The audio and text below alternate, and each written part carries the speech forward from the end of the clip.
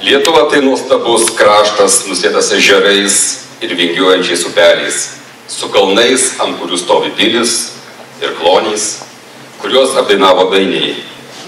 Todėl, kad šiandien esame laisvi, mes dėkojame visiems kovojusiems už mūsų laisvę.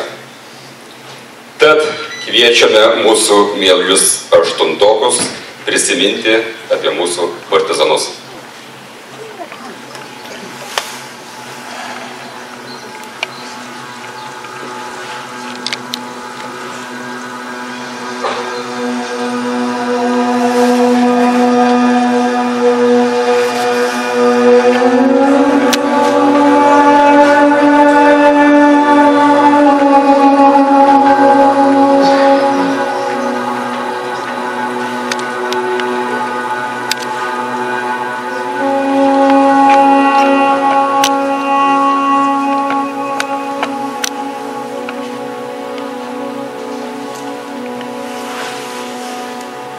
Šiandien prisimename pokario partizanus. Išvargę ir alkani, bunkeriuose praradę sveikatą, išdavinėjami ir žudomi. Jie iki paskutinio šovinio gynė laisvos tėvynės viziją. Kiek jų žuvo? Visoje Lietuvoje maždaug 30 000. Kiek liko? 100 Didelė, neįsivaizduojama, brangią auką ant tėvynės aukuro sudėjo Liubovo valsčiaus Reketijos kaimo Račių šeima. 5 sūnūs išėjo kovoti prieš okupantus ir visi 5 žuvo. 4 vyresnieji broliai – Jonas, Vytautas, Petras ir Alfonsas – į partizanus išėjo 1944 metų rudenį, vos sugrįžus okupantams. Jauniausias Jurgis, nepakėlęs tardymų, kankinimų, pradėjo slapstytis, o vėliau išėjo pas brolius. Visi 5 broliai raičiai partizanavo Geležinio Vilko rinktinės grupėje, pavadintoje 44 kuopa. Jos vadu buvo Vytautas Račius, Ąžuolas. Aleksandras Povilaitis, riešutas, žuvo 1950 metais Kokos sodyboje.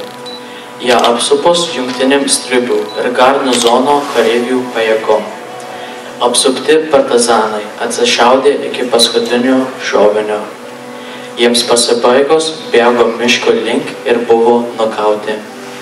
Vincas Šturmas baigęs Kauno Vytauto Didžiojo universitetą. Inžinierius. Partizanauti pradėjo 1945 metais. Dalyvavo daugelyje mūšių. Žuvo 1948 metais. Pavasarį Kruičių kaime, kur bemiegančius partizanus užpuolė rusai ir stribai. Visi pasitraukė. Šturmas buvo sunkiai sužeistas ir kraujuodamas traukėsi apie 2 kilometrus. Toliau eiti negalėjo. Kitą dieną iš ryto rusai atėjo su šunimis ir sekė kraujo pėdsakais. Atsekė iki Alksnyno.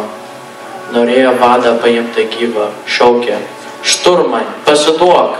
Šturmas atsakė šūviais. Matydamas, kad nesigelbės, nusišovė. Gyvenimas ekstremaliomis sąlygomis, mirties artuma skatino partizanų norą išlikti, nors dvasiškai tai yra perteikti savo jausmus ir mintis rašytinę formą. Todėl dažnai kūrė eilėraščius, dainas, rašė prisiminimus ir dienoraščius. Mūsų liko gal ir 101, bet kova vis tęsės atkakli.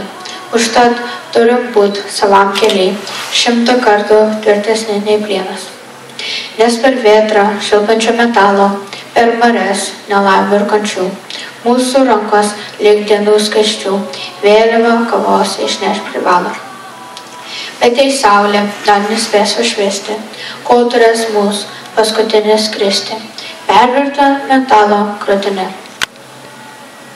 Tai tesėkim įžadą šį šventą, lai garbingai kovoje įkrenta. Paskutinio žūstančio dalmė.